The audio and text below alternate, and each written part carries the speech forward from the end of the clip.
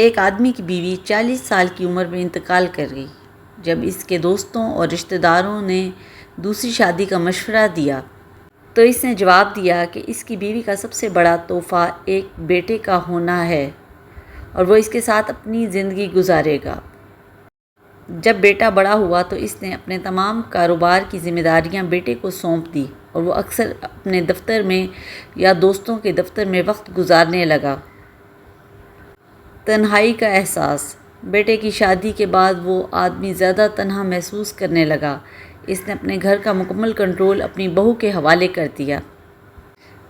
بیٹے کی شادی کے 1 سال بعد وہ دوپہر کا کھانا کھا رہا تھا جب بیٹا بھی دفتر سے آیا، ہاتھ دھو کر کھانے کے لیے تیار ہو رہا تھا۔ بیٹے نے سنا کہ والد نے کھانے کے بعد دہی مانگی تو بیوی نے جواب دیا کہ آج گھر میں دہی نہیں ہے۔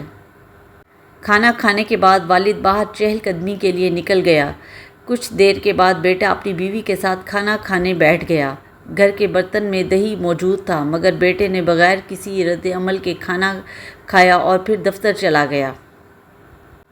کچھ دن بعد بیٹے نے اپنے والد سے کہا، آج آپ کو عدالت جانا ہے اور آپ کی شادی ہو رہی ہے۔ والد نے حیرت سے اپنے بیٹے کی طرف دیکھا اور کہا، بیٹا مجھے اب شادی کی ضرورت نہیں اور میں تم سے اتنی محبت کرتا ہوں اور تمہیں بھی ماں کی ضرورت نہیں تو پھر میری دوبارہ شادی کیوں؟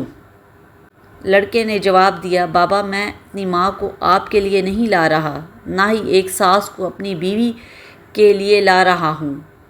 کل سے میں آپ کی بہو کے ساتھ کرائے کے گھر میں رہوں گا اور آپ کے دفتر میں ایک ملازم کی حیثیت سے کام کروں گا تاکہ آپ کی بہو دہی کی قیمت جان سکے۔